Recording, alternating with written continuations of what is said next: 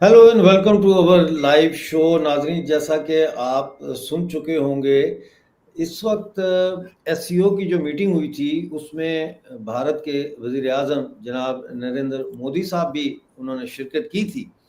यहाँ दो सवाल हैं जिनको हम थोड़ा सा शुरू में एड्रेस करेंगे। एक तो ये सवाल है कि जयशंकर जी जो है वो जापान के टूर पर भी नहीं थे, और वो एससीओ की जो मीटिंग में जब गए हैं प्रधानमंत्री नरेंद्र मोदी, उस वक्त भी जयशंकर उनके साथ नहीं थे। तो ये क्या किसी खास चीज़ को इंडिकेट कर रहा है? दूसरी चीज़ जो मेन है वो ये है कि क्या डोनाल्ड ट्रंप ने अपने पाँव पे खुद कुल्हाड़ी मार ली है हिंदुस्तान के ऊपर, इतने भारी भरकम टैरिफ लगा के, और इतनी दोस्ती के बाद भी, और इतने यानी कि नेक नीयत के साथ, अच्छी नीयत के साथ जो भारत ने अमेरिकी सदर की तरफ दोस्ती का हाथ बढ़ाया था और इतना उनका रिसेप्शन भी दिया, उनको सपोर्ट भी किया, उसके बावजूद भी डोनाल्ड ट्रंप ने जिस तरीके से रवैया इख्तियार किया भारत के खिलाफ, क्या वो रवैया अब धकेल रहा है इंडिया को चाइना की तरफ? और क्या कोई नया अलायंस बनने जा रहा है जिसमें रूस, चीन और भारत शामिल होंगे? इस पर चर्चा करने के लिए मेरे साथ जो मेहमान जुड़े हैं वो आपके जाने पहचाने हैं। जनाब, हमारे साथ ओमकार चौधरी साहब, ओशियन नेटवर्क के वो सीईओ भी हैं और सीनियर जर्नलिस्ट हैं। आपका बहुत स्वागत है चौधरी साहब, थैंक यू वेरी मच। और former chief of territorial army of Republic of India जनाब मेजर जनरल AK सवाद साहब भी जुड़े हैं, आपका भी बहुत स्वागत है। थैंक यू जनरल थैंक साहब, शायद तो मैं आपकी तरफ आना चाहता हूँ और आपको याद कराना चाहता हूँ कि ओमकार चौधरी साहब ही के एक शो में हम दोनों जब वहाँ मेहमान थे, तो मैंने आपसे कहा था कि चीन और भारत को आपस में दोस्ती की तरफ बढ़ना चाहिए और चीन और भारत को बैठ के अपने बॉर्डर के मसाइल हल करने चाहिए। तो उस वक्त कुछ शकूक व शुबात का आपने इज़हार किया था। तो क्या वो शकूक व शुबात अब दूर हो गए? क्या वाक़ई में आप समझते हैं कि हिंदुस्तान और चीन भले तजारत के पॉइंट ऑफ व्यू से ही सही एक-दूसरे के करीब आएँगे? जी। अब देखो बिल्कुल ये मिर्ज़ा साहब आपने जो पॉइंट रेज़ किया बहुत ही ज़्यादा इम्पोर्टेंट है, मगर इसको इतना आसानी से समझना मुश्किल है। ये सोचना कि क्या अभी जिस प्रकार से अमेरिका ने भारत को पुश किया है एक प्रकार चीन और रूस की तरफ, क्या भारत और चीन के रिश्ते बहुत अच्छे होने वाले हैं? मुझे लगता है ऐसा नहीं है। भारत फूँक-फूँक के चलेगा क्योंकि चीन पे विश्वास करना खतरे से खाली नहीं। आप देखें कि जब भी रिलेशनशिप कुछ अच्छे होने लगते हैं, कुछ ना कुछ हो जाता है। 1900 आप देखें 2017 के अंदर डोकलाम हुआ, 2020 के अंदर वो 3 डिवीज़न लेके ईस्टर्न लद्दाख में आए, फिर गलवान हुआ। हाँ, ये सच्चाई है कि दोनों के जो ट्रेड हैं, वो बढ़ते जा रहे हैं और करीब-करीब जो सेकंड लार्जेस्ट ट्रेडिंग पार्टनर है अमेरिका के बाद चीन। और मगर ये भी सच्चाई है कि चीन के साथ भारत का $100 बिलियन डेफिसिट है। भारत एक बड़ी ह्यूज मार्केट प्रोवाइड करती है। मगर जिस प्रकार से भारत के और अभी अमेरिका के रिलेशन में थोड़ी सी खटास आई है क्योंकि जो जिस प्रकार से डोनाल्ड ट्रंप ने अपनी बेवकूफ़ी के कारण भारत के ऊपर 50% टैरिफ लगा दिया, क्या भारत जो है अब चीन या रूस की तरफ धीरे-धीरे जाएगा? क्योंकि रूस के साथ तो भारत के रिलेशन हरदम अच्छे थे, क्या चीन की तरफ अब झुकाव होगा? मुझे लगता नहीं कि इतनी जल्दी ये कहना ठीक होगा, क्योंकि पहली बात तो यह है कि भारत और अमेरिका जो हैं वो एक प्रकार से नेचुरल अलाई हैं। क्योंकि एक लार्जेस्ट डेमोक्रेसी, एक ओल्डेस्ट डेमोक्रेसी, 2000 के बाद वहां पर कोई भी गवर्नमेंट आई, बाईपार्टीजन अंडरस्टैंडिंग, भारत और अमेरिका के रिलेशन बनते गए, न्यूक्लियर सप्लाई डील साइन हुई, फिर उसके बाद 4 फाउंडेशन एग्रीमेंट हुए हैं जो कि एक अमेरिका ने किसी के साथ नहीं की, जियोसेमाई, कोंकासा, लिमियो, बेका। मगर अब जिस प्रकार से डोनाल्ड ट्रंप ने भारत के साथ बिहेवियर किया है, वो उसकी स्ट्रेटेजी है। उसकी स्ट्रेटेजी क्या है? ब्लो हॉट ब्लो कोल्ड, कि आपको प्रेशर में डालेंगे और उसके बाद आप उसके अपने मनमानी से वो एक प्रकार जो ट्रेड एग्रीमेंट करेंगे। वो उन्होंने जापान के साथ भी किया, ऑस्ट्रेलिया के साथ भी किया, इंडोनेशिया के साथ भी किया, यूरोपियन यूनियन के साथ भी किया।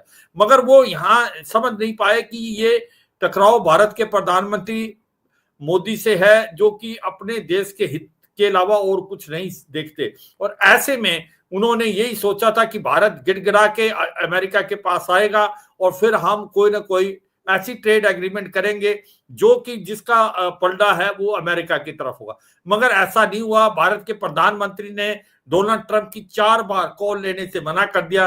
अब डोनाल्ड ट्रंप को समझ आई है कि उसने बड़ी गलती कर दी, अपने पैर पे कुल्हाड़ी मारी। बहुत प्रेशर आया है डोमेस्टिकली, चाहे वो डेमोक्रेट हो या रिपब्लिकन हो। अब उसने यू टर्न कर लिया है और अब वो कहने लगे हैं कि भारत में जो प्राइम मिनिस्टर मोदी है वो उनके बड़े दोस्त हैं और वो बहुत अच्छे प्राइम मिनिस्टर हैं। हाँ, कुछ एक हमारे अंदर बीच में रिलेशनशिप में खटास आई है, मगर हम उसको रिजॉल्व करेंगे। मुझे अभी लगता है कि आने वाले टाइम में कोई ना कोई हम जो पॉजिटिव कदम लेंगे दोनों देश, और ये कहीं ना कहीं जो फ्री ट्रेड एग्रीमेंट की बात हो रही है ये भारत और अमेरिका के दोनों के पक्ष में beneficial to both the countries हो सकता है। नवंबर के अंदर वो साइन हो तो मुझे लग रहा है कि कुछ होप भारत और अमेरिका के दोबारा रिलेशन ट्रैक पे आएंगे, क्योंकि इसके अलावा कोई और चारा नहीं है। आपको समझना चाहिए कि अमेरिका का सबसे बड़ा जो एडवर्सरी है वो चीन है, और वो इंडो पैसिफिक के अंदर जो उसकी दादागिरी है उसके अंदर आपको अगर कोई देश काउंटर कर सकता है तो वो भारत है। और इसलिए भारत की अमेरिका को जरूरत है और अमेरिका भारत को अमेरिका की, अमेरिका को भारत की। तो मुझे लगता नहीं कि ये रिलेशनशिप ज्यादा दिन खराब रहेंगे। जहां तक बात आती है भारत और चीन के रिलेशन, भारत के और चीन के जो रिलेशन है वो मुझे लगता है एक प्रकार से प्रोफेशनल रहेंगे। हम बिल्कुल दोस्ती करना चाहेंगे, हम रिलेशन इंप्रूव करेंगे, मगर आंख खोल के चीन के साथ रिलेशन करेंगे। कोई ऐसा कार्रवाई नहीं करेंगे जिससे हमें आगे धोखा हो, जैसे पहले शायद हमें होता रहा। तो मुझे लगता है अब बदलता हुआ जियो पॉलिटिक्स और जियो टर्निंग इफेक्ट हो रहा है, एक प्रकार यूनिपोलर से मल्टीपोलर वर्ल्ड की तरफ जा रहा है। और ऐसा लगता है कि आने वाले समय में भारत और अमेरिका के रिलेशन दोबारा सुधारे जाएंगे और कहीं ना कहीं ट्रेड एग्रीमेंट भी होगा, और चीन और भारत के जो रिलेशन है वो प्रोफेशनल रहेंगे। भारत और जो रूस के रिलेशन तो हरदम ही अच्छे रहे हैं, 1971 के बाद ये ट्रेजेक्टरी बढ़ती गई है।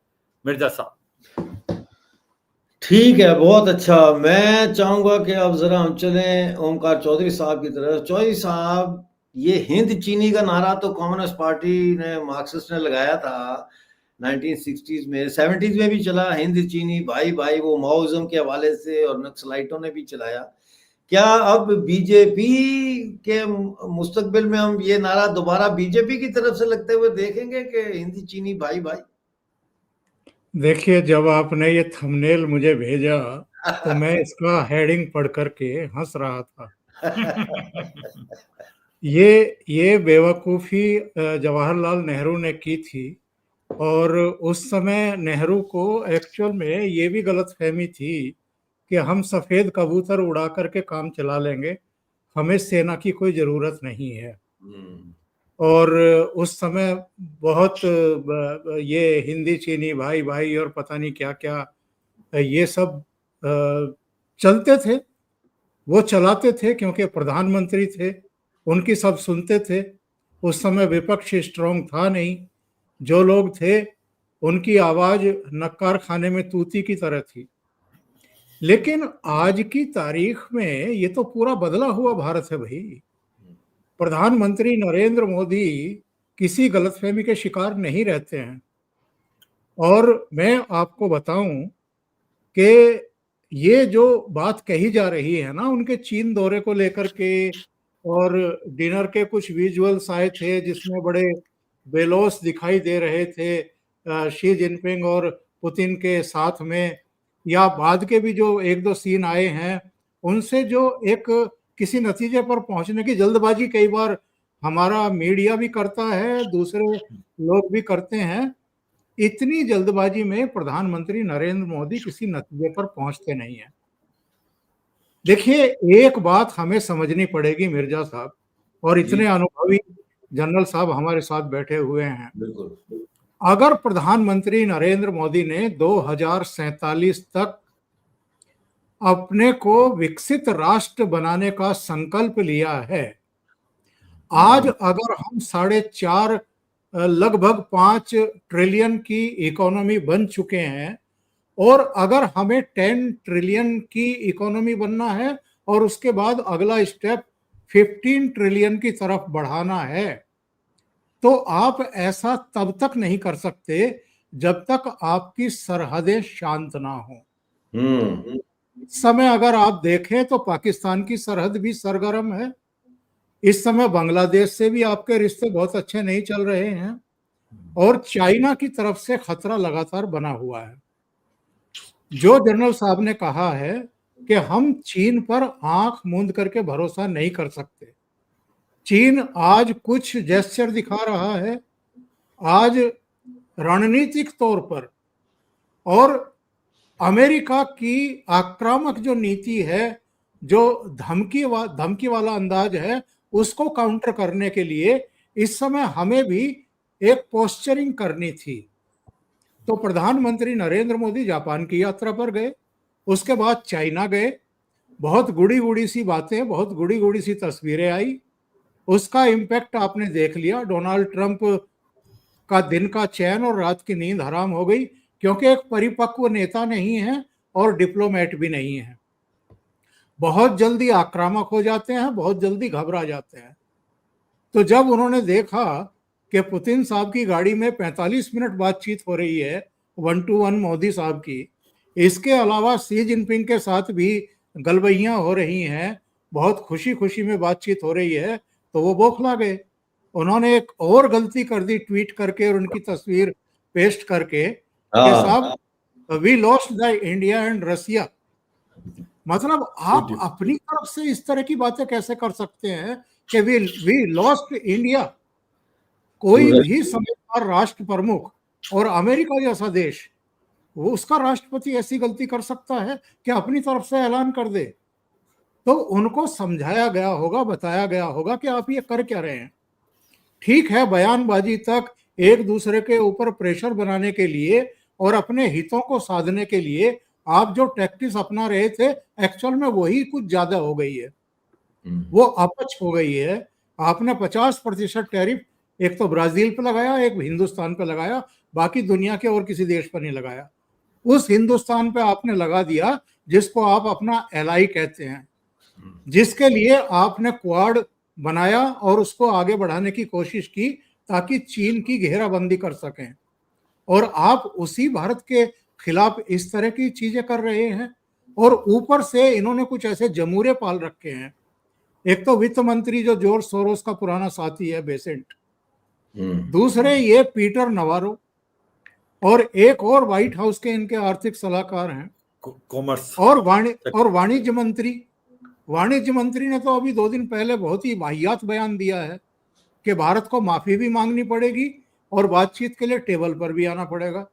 इसका मतलब ये है, ये जो जमूरे इन्होंने इकट्ठा कर रखे हैं अपने आसपास, इनको ना तो भारत के बारे में कोई पता है, ना जो हमारी सिविलाइजेशन की एक हजारों साल पुरानी एक स्ट्रेंथ है उसके बारे में कोई पता है। नंबर 2, मिर्जा साहब, भारत की छोड़ दीजिए, आज की तारीख में छोटे से छोटी इकोनॉमी, छोटे से छोटा देश आपको सम्मान तब देगा जब आप उसको सम्मान देंगे। बिल्कुल। कोई आपकी थ्रेट में आकर के, आपकी ब्लैकमेलिंग में आकर के, झुक करके अपने राष्ट्रीय हितों की अनदेखी करके समझौते पर हस्ताक्षर नहीं करेगा। ऐसे समझौतों पर हस्ताक्षर करने का मतलब है आप अपने डेथ वारंट पर सिग्नेचर कर रहे हैं। और पुतिन साहब ने ये बात कही भी है कि 280 करोड़ की जनसंख्या है भारत और चीन की। इनके बारे में कोई भी आप बात कहें तो शब्दों का चयन आपका ठीक होना चाहिए।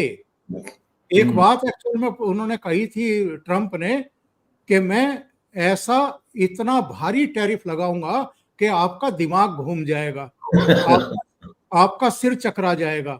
एक और शब्द का यूज किया था कि मैं आपको दंडित करूंगा। Who are you?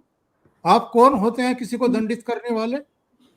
आप अगर साथ नहीं चल पा रहे हैं, अगर आपके साथ बाकी लोग नहीं चल पा रहे हैं, आप अपना रास्ता लीजिए, दूसरे लोग अपना रास्ता लेंगे, वो अपने विकल्प तलाशेंगे।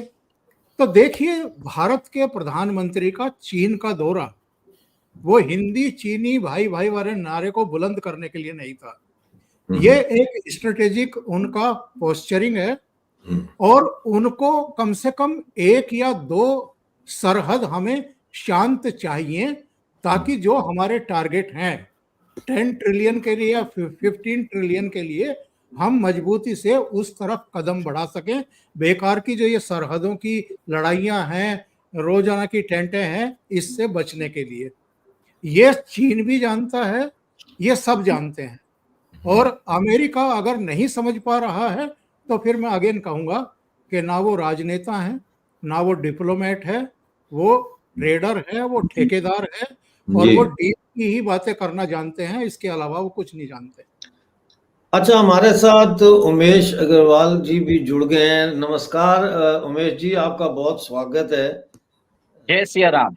जय Shri Ram. Thank you very much for joining. बात हो रही है कि क्या चाइना और इंडिया की दोस्ती हो रही है और हिंद चीनी भाई भाई की तरफ जा रहे हैं। तो इस हवाले से मेजर जनरल साहब ए के सिवाज और ओमकार चौधरी साहब दोनों का ये कहना है कि ऐसी कोई बात नहीं है, ये बॉर्डरों को थोड़ा सा शांत करना चाहते हैं ताकि इकोनॉमिक जो हमारी एक स्प्रिंट है उसमें रुकावट ना हो। लेकिन ऐसा कुछ नहीं है कि मोदी जी मतलब है कि चाइना के साथ को बहुत ज्यादा दोस्ती की पतंग उड़ा रहे हैं। तो इस हवाले से अब चूंकि आप जुड़े हैं तो आप अपने विचार शेयर करें हमारे साथ प्लीज। इनफैक्ट मेरा मानना ये है कि मोदी जी ने चाइना में इसको समिट में उन्होंने INSTC की बात की है, उन्होंने चाबार पोर्ट की बात की है, पर उन्होंने BRI को कुछ नहीं बोला है। तो कहीं ना कहीं मुझे एक लगता है कि चाइना में रह के अगर वो BRI को इग्नोर करते हैं और पहलगाम इंसिडेंट को जो पहले जो डिफेंस मिनिस्टर हमारे गए थे उसको उन्होंने एक तरह से उसको जोड़ दिया था, उसको जोड़ा नहीं था, और बलूचिस्तान का जो इश्यू था उन्होंने वो जोड़ दिया था और भारत को अक्यूज किया था, जिसको हमारे डिफेंस मिनिस्टर साइन नहीं किया था, उसको इंक्लूड करवाया। एक तरह से मेरा मानना है कि ये एक बहुत बड़ी जीत है और चाइना में रह के एक मैसेज भी दे दिया है कि वो पहले जापान गए और उन्होंने बता दिया है कि जापान हमारे लिए बहुत इंपॉर्टेंट है, चाइना तो सिर्फ एक तरह से मौज मस्ती और पुतिन से मिलने गए थे। और उनका जो चाइना विजिट में जो हाईलाइट था, 10 मिनट पुतिन उनके लिए वेट किए और 45 मिनट्स 1-to-1 मीटिंग की है। और ये सबसे बड़ा एक तरह से मेरा मानना है कि चाइनीज एस्टेब्लिशमेंट भी सोच रहा होगा कि पुतिन और मोदी ने क्या बात की। तो कहीं ना कहीं मुझे नहीं लगता कि इंडिया और चाइना साथ में आएंगे, और पर मेरा ये मानना है कि चाइना हमारा दुश्मन रहेगा क्योंकि उसने अरुणाचल प्रदेश और लद्दाख पे अपनी जो अपनी वो कंटेस्ट करता है क्लेम्स, वो अभी तक विड्रॉ नहीं किया है। और आगे जाके मेरे हिसाब से जो हमारा टसल हो सकता है, जब तिब्बतन के जो सक्सेसर है, दलाई लामा के सक्सेसर के ऊपर भी शायद हमारा और चाइना के बीच में कुछ ना कुछ टसल हो सकता है। ये कभी भी हो सकता है, we can not say anything, but right now border को शांत करना जरूरी है, आपने बरोबर बोला है। और चाइना खुद भारत के अंदर इन्वेस्टमेंट करना चाहता है क्योंकि चाइना के अंदर उनकी इकोनॉमी खराब हो चुकी है। बताया जाता है डेब्ट टू GDP जो चाइना की है, जो उनके पीपल बैंक ऑफ चाइना के खुद के गवर्नर ने एडमिट किया है, 303% है। देखिए USA की डेब्ट टू GDP अराउंड 125% है, इंडिया की 80% है। मतलब अगर आप $3 दोगे तो $1 ऑफ इंक्रीमेंटल आउटपुट आता है। चाइना के अंदर उनकी जो कंपनीज है जैसे एवरग्रांड, उसकी डीलिस्टिंग हो गई है, वानके ग्रुप, फैंटासिया ग्रुप, कंट्री गार्डन, उनकी हालत खराब हो गई है। इनफैक्ट उनकी जो इलेक्ट्रॉनिक कंपनी है जैसे ओवे, उसकी भी हालत खराब है। तो कहीं ना कहीं वो अपना एक्सेस फैक्ट्री प्रोडक्शन कहीं ना कहीं उसको डंप करना है। और एक ही कंट्री है जिसके पास जो बहुत ज्यादा कंजम्पशन पावर है और जिसकी 67% ऑफ द पॉपुलेशन बिलो 35 है, वो भारत है। और भारत के साथ वो जुड़ना चाहता है, भारत के अंदर क्रिटिकल इन्वेस्टमेंट्स भी करना चाहता है। और भारत सरकार 24%, जो मेरा मानना है कि एक तरह से रिपोर्ट्स आई थी, वो चाइनीज इन्वेस्टमेंट को अलाउ करेगा with technological transfer with Indian partner of 76%। तो मोदी जी ने क्लियर कट कर दिया है कि, और उन्होंने एक और एक चीज है, विक्ट्री परेड में उन्होंने पार्टिसिपेट भी नहीं किया। और कहीं ना कहीं वो एक तरह से एक सिंबॉलिक है कि हम सिर्फ ट्रेड के लिए गए थे, हम कोई चाइनीज अलाइनमेंट में नहीं है। हम अपना काम किया और इमीडिएटली आ गए, उधर रुके भी नहीं ज्यादा देर। ठीक है, तो अब ये बात इस वक्त सामने आ रही है कि बॉर्डर को शांत करने के लिए, और ये सारा सिलसिला जो है इसके लिए ज़रूरी है, और चाइना का भी ज़ाहिर इंटरेस्ट है। तो जनरल साहब, कैसे आप देखते हैं कि ये, जैसा उमेश जी ने फरमाया कि लद्दाख और जो दूसरे इलाके हैं उन पे चाइना ने अभी अपना क्लेम विड्रॉ नहीं किया, तो ये कितनी बड़ी रुकावट है हिंदुस्तान और चाइना के ताल्लुकात में, और आगे इसके क्या इम्प्लीकेशंस हैं? बिल्कुल, देखो ये क्या है कि भारत और चीन के बीच में जो बॉर्डर है वो डिमार्केटेड नहीं है, वो लाइन ऑफ एक्चुअल कंट्रोल है। और कहीं ना कहीं ये जो आपका मैकमोहन लाइन था उसको चीन मानता नहीं। और जो क्योंकि एलएसी डिमार्केटेड नहीं है तो ये कंट्रोवर्शियल है कि कुछ इलाका हम क्लेम करते हमारा है, चीन कुछ काउंटर क्लेम करता है। कुछ 2-3 बातें हमें समझनी पड़ेगी कि चीन ने 38,000 स्क्वायर किलोमीटर एक्साइचिन का एरिया 1962 से पहले और 62 में लिया, और उसको फिर 1200 स्क्वायर किलोमीटर का सक्षम गांव वैली जो है वो एक प्रकार पाकिस्तान ने गिफ्ट दिया। तो ये इलाका उनके पास है। अब वो क्या कर रहे हैं, अब वो कह रहे हैं कि पूरा का पूरा अरुणाचल प्रदेश भी साउथ सदर्न तिब्बत है। तो ये है, इसमें कोई शक नहीं कि वो क्लेम करते रहेंगे। तो आपको अगर जो चीन के को एक प्रकार से एड्रेस करना है और चीन के साथ आपके ट्रेड रिलेशन भी होने चाहिए, तो मिलिट्रीली आप क्या करोगे? देखो सच्चाई यह है कि चीन रिस्पेक्ट करता स्ट्रेंथ को। अगर आप मिलिट्री स्ट्रांग हो तो आपकी रिस्पेक्ट करेगा, अगर आप मिलिट्री स्ट्रांग नहीं है तो फिर वो आपकी को एक प्रकार से तंग भी करेगा और आपके ऊपर हावी भी हो सकता है। इसलिए ये बॉटम लाइन है, आप अपने आप को डेवलप करें, इंफ्रास्ट्रक्चर करें, लद्दाख से अरुणाचल प्रदेश मिलिट्री स्ट्रांग करें, अपनी फौज को मॉडर्नाइज करें। और जैसे कि अब हमने बदलता हुआ है कि हमने क्या किया है, पहले जो फौज थी हमारे यहाँ डिफेंसिव था, हमने सोचते थे कि चीन अगर भारत में आया तो हम कैसे डिफेंड करेंगे। आज वो माइंडसेट चेंज हो गया, हमने 2 स्ट्राइक कोर बना दी हैं जिनकी काबिलियत और क्षमता है जो चीन के अंदर भी कुछ है। तो सच्चाई यह है, चीन को अगर आप मिलिट्री पॉइंट ऑफ व्यू से देखें तो आपको एग्रेसिव रहना है, इक्वली स्ट्रॉन्ग रहना है, तो आपकी रिस्पेक्ट देगा। मगर यह भी ध्यान रखें, इकोनॉमिकली हमारे रिश्ते बहुत जरूर इंपॉर्टेंट है। जब रिलेशन अच्छे नहीं थी तब भी आपका ट्रेड बढ़ता जा रहा था, आज भी आपका ट्रेड बढ़ता जा रहा है। और मगर इसके अंदर एक कैच है। वो कैच क्या है कि ट्रेड डेफिसिट $100 बिलियन से ज्यादा। इसका मतलब एक तो हम सोच रहे हैं कि मार्केट हम बहुत देते हैं, एक उनको जो अपना रूल्स रेगुलेशन थोड़े से में वो बदलाव लाना पड़ेगा जिससे हमारा जो एक्सपोर्ट हो पाए, हमारा जो ये ट्रेड डेफिसिट है वो किसी तरीके से कम हो। सबसे ज्यादा डर किस चीज का है हमें डर ये है कि चीन और पाकिस्तान का गठजोड़, क्योंकि सच्चाई है भारत और पाकिस्तान के रिलेशनशिप इंप्रूव इतनी जल्दी नहीं होंगे। आपने देख लिया है कि जिस प्रकार से ऑपरेशन सिंदूर के अंदर हुआ क्या था, यूं तो पाकिस्तान लड़ रहा था मगर सारे वेपन जो थे वो चीन के थे। तो इसका मतलब एक पाकिस्तान तो एक मखोड़ा था, वो चीन उसके साथ खड़ा है और वो आगे भी हो सकता है। वो उसको J-35 दे रहा है जो स्टेल्थ एयरक्राफ्ट, उसने जो PL-15 A-to-A मिसाइल दी, HQ-9 HQ-15 जो एयर डिफेंस सिस्टम दिया, JF-10C और JF-17 और J-10C दिया। अब वो कह रहा है कि मैं और मॉडर्न एयरक्राफ्ट भी दूंगा, मोर एयर डिफेंस सिस्टम। इसको मद्देनजर रखते हुए ये सोचना कि हमारे रिलेशन चीन के साथ आने वाले टाइम में काफी अच्छे हो सकते, शायद ये सोचना ठीक नहीं हुआ, क्योंकि दोनों तरफ से बॉर्डर जो है डिस्प्यूटेड है। एक तरफ से लाइन ऑफ एक्चुअल कंट्रोल है, एक पे लाइन ऑफ कंट्रोल है जो पाकिस्तान के साथ है। और अगर आप देखें कि पाकिस्तान अपने आप को बहुत जोरों से मॉडर्नाइज, अगर ये भी सोचें ये एक ऐसा देश है पाकिस्तान जो हार के भी जीत बता रहा है, जो कह रहा है कि ऑपरेशन सिंदूर में उसने बहुत अच्छा किया, आज वो एक रॉकेट फोर्स कमांड बना दी उसने। तो मुझे लगता है हमें सोच समझ के चलना है, ये हमारे लिए बहुत बड़ा टेस्टिंग पीरियड है।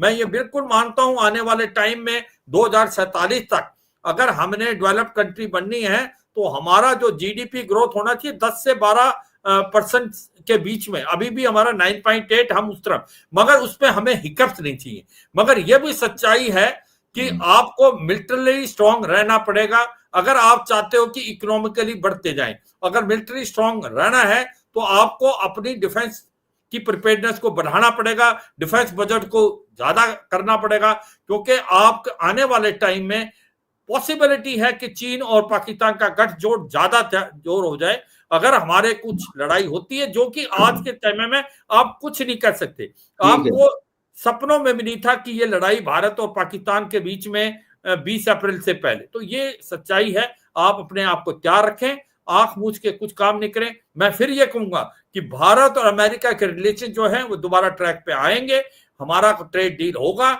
हम अभी भी हथियार उनसे खरीद रहे हैं। प्रॉब्लम क्या है अमेरिका के साथ? प्रॉब्लम अमेरिका के साथ है हमारा ट्रेड सरप्लस है 40-42 बिलियन डॉलर। वो चाहते हैं इस ट्रेड डेफिसिट को कम करें। हम एनर्जी खरीद सकते हैं, ऑयल ले सकते हैं, और डिफेंस इक्विपमेंट जो हम ले रहे हैं, G414 इंजन वो देने को तैयार है। ट्रांसफर ऑफ टेक्नोलॉजी करने तैयार है हम, जो तेजस मार्क 2 में करेंगे, striker infantry combat vehicle, javelin anti tank missile, P8I surveillance और एयरक्राफ्ट। तो मुझे लगता है कि बदलता हुआ वर्ल्ड ऑर्डर है, मल्टी पोलर वर्ल्ड आएगा, मगर ये सच्चाई है, आपको आंख खोल के चलना है। मुझे अभी भी लगता है अमेरिका के साथ भारत के रिलेशन अच्छे होने चाहिए। चीन को हम इकोनॉमिकली एड्रेस करें, पर मिलिटरीली फिर भी चीन से आप ये ध्यान रखें कि चीन पे आप भरोसा नहीं करें। आप खड़े हैं अपने मौक़िफ़ पे, डटे हुए हैं, ठीक है, बिल्कुल। अच्छा, चूंकि ओमकार चौधरी साहब ने दूसरे शो में भी शायद जाना है, तो मैं इनकी तरफ आता हूँ। आपने जनरल साहब की बातें सुनी, वो कह रहे हैं कि अमेरिका के साथ हमारे ताल्लुकात बेहतर हो जाएंगे और चाइना के साथ ट्रेड की हद तक तो ठीक है, लेकिन जब तक पेंडिंग इश्यूज हल नहीं होते और उस पर कोई सीरियस डायलॉग शुरू नहीं होता, दोस्ती शोस्ती जो है वो दूर की कौड़ी है। कैसे देख रहे हैं आप? मिर्जा साहब, श्रीवास साहब का अनुभव बोलता है, और ये बात ठीक है। देखिए, दुनिया का कोई भी देश अमेरिका को नाराज करके तो आगे नहीं चलेगा जब तक कि वो एक महाशक्ति है, और आर्थिक महाशक्ति भी है, सैन्य महाशक्ति भी है, और टेक महाशक्ति भी है। अभी टेक कंपनियों के तमाम CEO को उन्होंने बुलाया था, वो भी एक पोस्चरिंग कर रहे हैं, वो भी एक संदेश और संकेत दे रहे हैं कि जिनपिंग साहब, आप अगर अपनी सैन्य शक्ति का प्रदर्शन कर रहे हैं परेड डे पर, तो हमारे पास भी इसका मुकाबला करने के लिए जो ये टेक पावर है वो आप देख लीजिए हमारे आसपास बैठी हुई है। ये सब चीजें चलेंगी साहब। ये भारत भी अपने तरीके से जेस्चर जो है वो शो करेगा, जिनपिंग भी करेंगे, पुतिन साहब तो कर ही रहे हैं, उन्होंने तो घुस भर रखा है यूक्रेन में, और नाटो को भी अपनी हदों में रखा है, अमेरिका को भी वो वहीं रखे हुए हैं जहां रखना है। और देखिए, जो बात जनरल साहब कह रहे हैं कि अमेरिका के साथ हमारे फिर से बेहतर संबंध होंगे, आई डाउट। मुझे ऐसा लगता है कि अमेरिका का जो इतिहास है, जिस तरह की गुस्ताखियां अतीत में भी अमेरिका करता रहा है, 1971 के युद्ध को कौन भूल सकता है, जब 7वां बेड़ा उसने हमारे आसपास खड़ा कर दिया था। और उस समय भी अगर रसिया अपनी पनडुब्बियां मूव नहीं करते तो उस समय बड़ी पेचीदगियां होने वाली थी। इसके अलावा भी कई बार ऐसा हुआ है जब अमेरिका ने भारत को अपमानित करने की कोशिश की है, और जिसको कहते हैं कि आप आंख मूंद करके कभी अमेरिका पर भरोसा नहीं कर सकते। पिछले 2.5-3 दशक में अलग अलग राष्ट्रपतियों ने, अलग अलग सरकारों ने कोशिश की थी कि जो ट्रस्ट डेफिसिट था उसकी थोड़ी सी भरपाई की जाए और भारत का विश्वास जीता जाए, लेकिन डोनाल्ड ट्रंप की बेवकूफियों ने एक बार फिर अमेरिका के कुल मिलाकर के अप्रोच पर एक बहुत बड़ा सवाल खड़ा कर दिया है। पानी फेर दिया जी, पानी फेर दिया उसने। तो ये चीजें, ये जो एक जगजीत सिंह साहब की गजल है ना कि गहरे जख्मों को भरने में वक्त तो लगता है। वक्त तो लगता है। तो ये बहुत वक्त लगने वाला है। उन्होंने कह दिया बैठ करके कि मोदी जी मेरे अच्छे दोस्त हैं, अच्छे दोस्त रहेंगे हमेशा, भारत के साथ हमारा विशेष रिश्ता है। ये भी, इसमें भी चालबाजी है। बिल्कुल। वो ये कहने की कोशिश कर रहे हैं कि भाई आप पुतिन साहब के ज्यादा करीब मत जाओ, चीन की तरफ ज्यादा मत जाओ, हम भी कहीं अभी गए नहीं हैं, यही हैं। आप भी पड़े बस, हैं राहों में, हाँ, सही बात है। तो वक्त के साथ कुछ कुछ मुद्दे हैं जिनकी वजह से हम गाल फुलाए बैठे हैं, वैसे तो हम तुम्हारे ही हैं। वो हाँ, ये झांसे में लेने की कोशिश कर रहे हैं।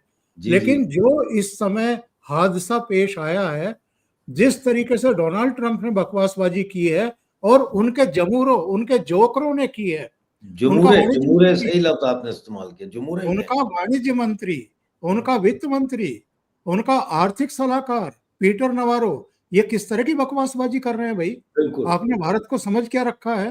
हाँ, क्या आप इस तरह की धमकियां दे करके, ब्लैकमेलिंग करके आप कुछ हासिल कर सकते हैं क्या भारत से? भूल जाइए। ये वो भारत नहीं है कि जो किसी की धमकियों में आ जाए और कान बंद करके चुपचाप बैठ जाए, नीची गर्दन करके। हम जवाब देना जानते हैं, और देखिए जवाब क्या देना जानते हैं।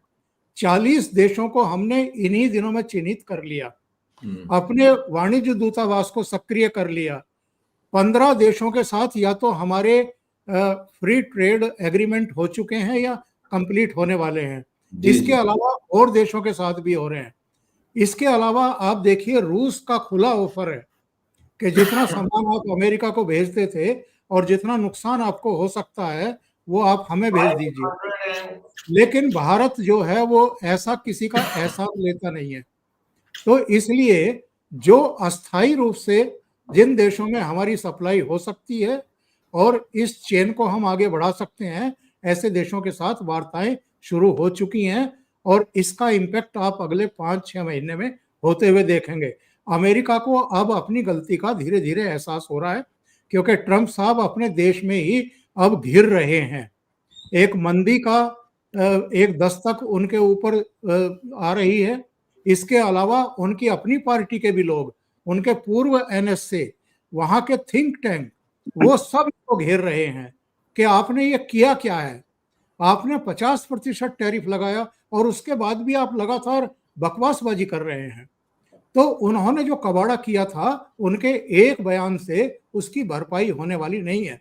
हाँ, मैं सिवाज साहब की इस बात से बिल्कुल एग्री करता हूं कि अल्टीमेटली कोई ना कोई नतीजे पर हम पहुंचेंगे, चाहे सीमित मात्रा में हो, पर ट्रेड डील हो जाएगी। लेकिन वो कब होगी, डेडलाइन के हिसाब से या बंदूक दिखा करके या कान पर रिवॉल्वर सटा करके आप हमसे ट्रेड डील साइन नहीं करा सकते।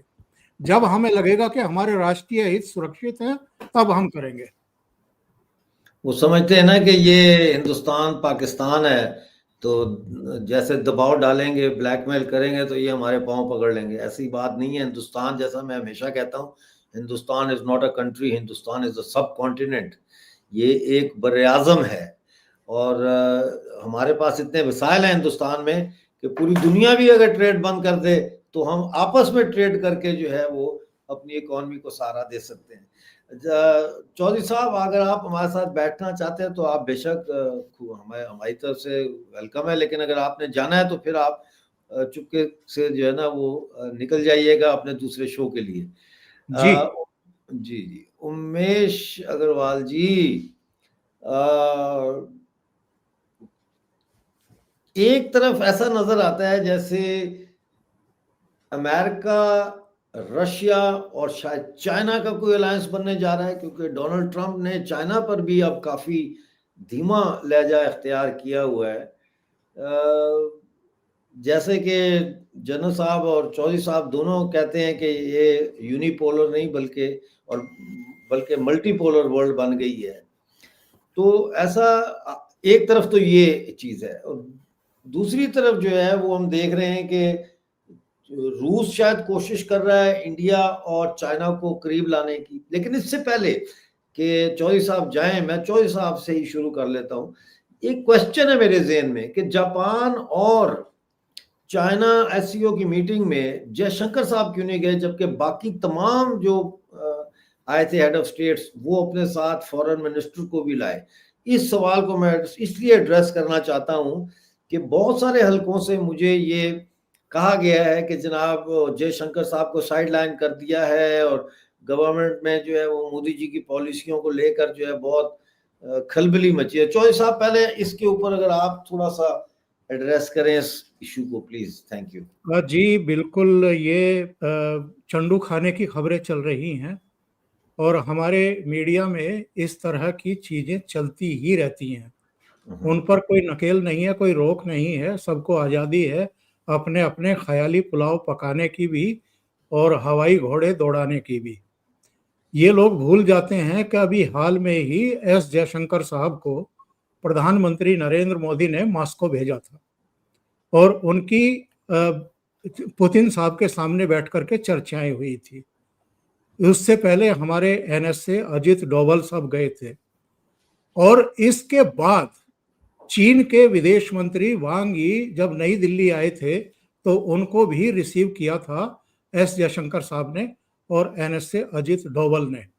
अजित डोभाल और विदेश मंत्री जयशंकर ये प्रधानमंत्री नरेंद्र मोदी की दो आंखें हैं, दो इंद्रियां हैं, जो हमारी सफल विदेश नीति की बहुत गहरी नींव रख चुके हैं। जिन लोगों को जयशंकर साहब से तकलीफ रहती है, सदन के भीतर भी और सदन के बाहर भी, उनका अपना यहाँ एक इकोसिस्टम है। उस इकोसिस्टम के जरिए कभी वो एस जयशंकर साहब को चलता करते रहते हैं, वो तो उनका बस चले तो वो 6 महीने में मोदी साहब की सरकार को भी चलता कर दें। तो लेकिन चील कौवों के कोसने से ये सब होता नहीं है जो वो चाह रहे हैं। एस जयशंकर साहब क्यों नहीं गए, उनको कहाँ जाना चाहिए, कहाँ नहीं जाना चाहिए।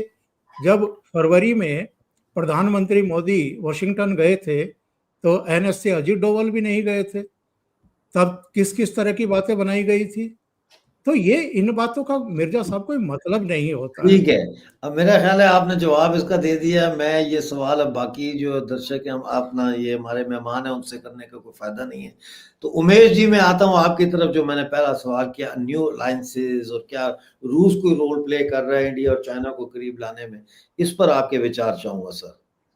देखिए, सबसे पहले तो आपको ये देखना पड़ेगा कि डिपार्टमेंट ऑफ डिफेंस से डिपार्टमेंट ऑफ वॉर कर दिया डोनाल्ड ट्रंप ने। जैसे ही विक्ट्री डे पे 26 नेशंस की परेड की थी, चाइना ने शक्ति प्रदर्शन किया था, उसके बाद यूएस का जो पोस्टरिंग है कि उन्होंने अपना जो डिपार्टमेंट ऑफ डिफेंस है उसको डिपार्टमेंट ऑफ वॉर बोल दिए। अब उनका डिफेंस सेक्रेटरी नहीं रहेगा, उनके वॉर सेक्रेटरी रहेंगे डिफेंस। और भी वो बोल चुके हैं कि ये जो डिफेंस है it's not looking so good, तो वॉर के नाम से कर चुके हैं। और सेकंड, जैसे कल आपने देखा है कि उन्होंने जितने भी बिग टेक कंपनीज है उनको बुला के एक तरह से बोला है कि आपको अमेरिका के अंदर इन्वेस्ट करना पड़ेगा। और मेटा ने $600 बिलियन, फिर टिम कुक ने, एप्पल ने $600 बिलियन, फिर सैम अल्टमैन ने नहीं बोला कितना है पर $100 बिलियन वो भी इन्वेस्ट करने वाले हैं। गूगल ने $250 बिलियन बोला है, माइक्रोसॉफ्ट ने $80 बिलियन बोला है, एएमडी ने भी बोला है।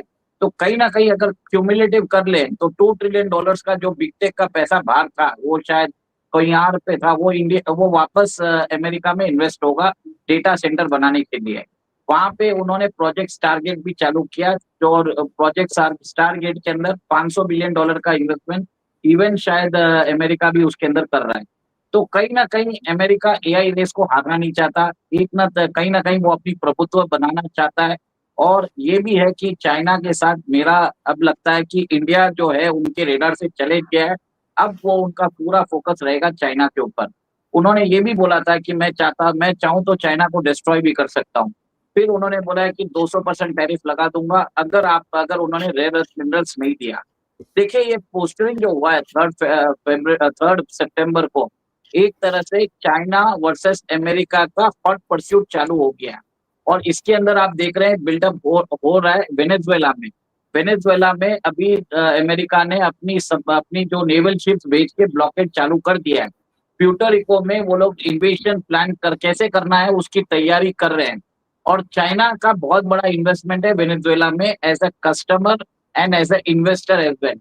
तो वहां पे एक तरह से फर्स्ट उधर कॉन्फ्लिक्ट मुझे लग रहा है हो सकता है। सेकंड हो सकता है म्यांमार में जो कचिन लिबरेशन आर्मी है वहां पे भी मुझे लगता है कि अमेरिका और चाइना के बीच में एक हॉट परस्यूट चालू हो जाएगा। थोड़े दिन पहले आप ये देखिए कि वहां पे बांग्लादेश में एक ऑफिसर की डेथ हो गई थी जो उधर स्पेशल कॉप्स का ऑफिसर था। और कहीं ना कहीं ये देखिए कि अगर वो अमेरिकन ऑफिसर मारा गया तो कोई ना कोई तो उसने उसको मारा ही है। तो मेरा मानना ये है कि उसमें चाइनीज एंगल मुझे लग रहा है। ये अभी तक ये मेरा व्यू है। अमेरिका ने कुछ नहीं बोला है। और मेजर इनका भी जो कॉन्फ्लिक्ट होने वाला है वो बलूचिस्तान में होगा। बलूचिस्तान के अंदर चाइना पहले से ही एस्टेब्लिश्ड है जबकि पाकिस्तान ने रेकॉर्डिक माइंस अमेरिका को दे दी है। और अभी जो न्यूज आई है सीपेक की जो इम्पोर्टेंट लाइन है रेलवे लाइन उसमें चाइना जो फंड करना था वो railway line from Karachi to Peshawar उसकी एक पोर्शन ऑफ द लाइन को अब एडीबी फंड कर रहा है। वहां पे अमेरिका का सॉफ्ट पावर बढ़ता जा रहा है और ये कॉन्फ्लिक्ट जोन्स नजर आएंगे। इंडिया ने एक तरह से क्लियर कट पोस्टरिंग कर दिया है कि हमको किसी के पछड़े में नहीं पड़ना है। और मेरा ये मानना है कि अब डोनाल्ड ट्रंप को समझ में आ गया कि इंडिया के साथ उनकी जो नीति है जो पीटर नवारो ने बात की वो लुटनिक ने बात की है लिंडसे ग्रैहम ने की है ये और स्कॉट बेसेंट ने किया है। ये सारे जो स्टेटमेंट्स है बैकफायर हुए रिमार्केबली बैकफायर हुए। और एक तरफ देखिए कोड की जो मान्यता थी वो भी खत्म जैसी हो चुकी है। इंडिया अपने हिसाब से अब जापान के साथ रिलेशनशिप बढ़ा रहा है। जो हमने अग्रीमेंट किए थे कॉम कासा लेमोआर और बेका वैसे ही अग्रीमेंट हम जापान के साथ भी कर सकते हैं। और देखिए आज एक इंटरेस्टिंग वाकया ये भी हुआ है कि जापान के जो प्राइम मिनिस्टर है उन्होंने इस्तीफा दे दिया है। तो कहीं ना कहीं जो जापानीज एडमिनिस्ट्रेशन ने ट्रेड रिप्रेजेंटेटिव को वापस बुला लिया था $550 बिलियन का जो इन्वेस्टमेंट जापान करने वाला था अमेरिका में। तो ये आप देखिए रेजिम चेंज ऑपरेशन चालू हो गया है अमेरिका का क्योंकि अमेरिका कहीं ना कहीं लीवर्स कंट्रोल करता है सारे देशों में। भारत ट्राई कर रहा है कि अमेरिका को ये जो इंडो पैसिफिक है उसके अंदर non America non Chinese influence लेके आने के लिए। इसके लिए वो सारी जो कंट्रीज है जो अमेरिका के साथ जिनके नेवल बेसिस है सबके साथ उसके रिश्ते अच्छे हो रहे हैं भले ही वो जापान हो या साउथ कोरिया हो फिलीपाइंस हो ऑस्ट्रेलिया हो। इवन अभी बात आई थी कि कल मैंने देखा था कि यूएई के साथ कोई डिफेंस डील चालू होने वाली है कि हम उनके जो आर्टिलरी बैरल्स है उसकी चेन की उसकी भी कुछ कॉन्ट्रैक्ट मिला है हमें 500 करोड़ का।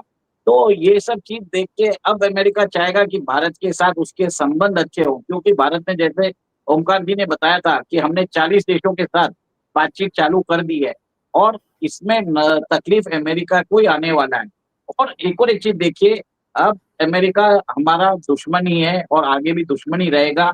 हमें ये नहीं भूलना चाहिए कि होमी भाभा जो हमारे जो father of the atomic research programme है इनके डेथ में भी सीआईए का हाथ है। और विक्रम साराभाई डॉक्टर विक्रम साराभाई भी तिरुवनंतपुरम के एक होटल में संदिग्ध परिस्थितियों में मृत पाए गए। नंबी नारायणन को नहीं भूलना चाहिए जिनका उन्होंने करियर खत्म कर दिया था। ये सब चीज अमेरिका ने किया है और रिपोर्ट यहाँ तक आ रही है कि हमारे 2000 न्यूक्लियर जो रिसर्चर्स है एटॉमिक रिसर्च में काम करते हैं साइंटिस्ट है संदिग्ध परिस्थितियों में मारे गए हैं ओवर द ईयर्स। तो अमेरिका देश के अंदर हमारी जो टेक्नोलॉजिकल ग्रोथ है हमारा जो इंटेलेक्चुअल कैपिटल है उसको खत्म करने के लिए रेडी है। चाइना हमारा इमीडिएट एनिमी है अमेरिका हमारा फ्यूचर एनिमी है। इसके लिए आप देखिए इसके लिए ये क्लियर हो जाना चाहिए कि हमें दोस्ती चलिए आज रिलेशनशिप अच्छा होगा क्योंकि it is now convenient for India and China America to be together. पर अमेरिका हमेशा यूज करेगा Pakistan to pull down India. ये हमें देखने वाली बात है और इसके लिए भारत ने इंडिपेंडेंट फॉरेन पॉलिसी को परस्यू किया है। ये मैं देख रहा हूँ। जनरल साहब शायद हाँ मैं भी मिर्जा साहब जाना है बस एक क्वेश्चन करके फिर ठीक है बस इसका ये देखें ना ये कह रहे हैं कि ये तो बड़ी खौफनाक बात है कि चाइना और अमेरिका एक नजदीकी दुश्मन है एक फ्यूचर का दुश्मन है। इस पे कमेंट कर दे बस। आपका मैं धन्यवाद करता हूँ कि आप मेरे लिए टाइम हमेशा निकालते हैं जनरल साहब। Thank you very much. बिल्कुल देखो मिर्जा साहब ऐसे है जी आपको बदलता हुआ जियो पॉलिटिक्स देखना है। जी कि जी आपको जी सच्चाई ये है कि आप जिस प्रकार से अभी अमेरिका की बात कर रहे हैं, अ, आपको लास्ट 25 साल देखने हैं कि भारत और अमेरिका के रिलेशनशिप कहाँ से कहाँ आए। क्या भारत को अमेरिका की जरूरत है, क्या अमेरिका को भारत की जरूरत है, इस पे डिपेंड करता है आपके रिलेशनशिप कैसे रहेंगे। क्या आपके जो दोनों के एम मिलते हैं, मिलिट्री और पॉलिटिकल, तो आप इकट्ठे रहेंगे। अभी हम देखते हैं कि किस प्रकार से भारत और अमेरिका को एक दूसरे की जरूरत है। अगर आप देखें 2000 के बाद आपने सबसे पहले सिविल न्यूक्लियर डील साइन की, उसके कारण आपके जो न्यूक्लियर इंस्टॉलेशन है वहां पर फ्यूल आना स्टार्ट हुआ, यूरेनियम आपको अलाउड किया। फिर आप ही एक अकेले देश हैं जिसने 4 फाउंडेशन एग्रीमेंट साइन की। वो क्या है? वो जनरल सिक्योरिटी और मिलिट्री इंफॉर्मेशन, जिसको जीएसओएमआई बोलते हैं, COMCASA communication compatibility and security agreement, जो कि एक प्रकार से बहुत ही बेहतरीन है। फिर लीमियो लॉजिस्टिक मेमोरेंडम ऑफ एग्रीमेंट, और तीसरा डोनाल्ड ट्रंप के लास्ट उसमें किया था बेसिक एक्सचेंज कोऑपरेशन एग्रीमेंट। ये हैं क्या? ये एग्रीमेंट हैं, इनकी अहमियत इसलिए है, ये तो आपको रियल टाइम इंटेलिजेंस देंगे, सैटेलाइट इमेजरी देंगे, उसके बाद ट्रांसफर ऑफ टेक्नोलॉजी करेंगे जो नेटो को भी नहीं दे रहे। तो ये 4 फाउंडेशन एग्रीमेंट साइन किए हैं। ये बोलापन जो डोनाल्ड ट्रंप कर रहे हैं, उससे आपके ये बढ़ते हुए रिलेशन एक दिन में खत्म नहीं हो सकते, क्योंकि दोनों को एक दूसरे की जरूरत है। एक हम नेचुरल लाई हैं। अब आप आती है कि बात कि डोनाल्ड ट्रंप ने भारत के साथ जो किया, क्या ये सबके साथ किया या भारत के साथ ही किया? डोनाल्ड ट्रंप की टैक्टिस है, वो बिजनेसमैन है, वो आपको प्रेशर में डालते हैं। पहले आपको टैरिफ डालेंगे और आपको करेंगे। अब किस किस को डाला और कहां वो सक्सेसफुल हुए? उसने चीन के ऊपर भी डाला, पर चीन बाउंस बैक कर गया, क्योंकि उसके पास रेयर अर्थ मिनरल्स हैं और मैग्नेट है, 85% वर्ल्ड का है, उसने बंद कर दिए, ये घुटने पर आ गया।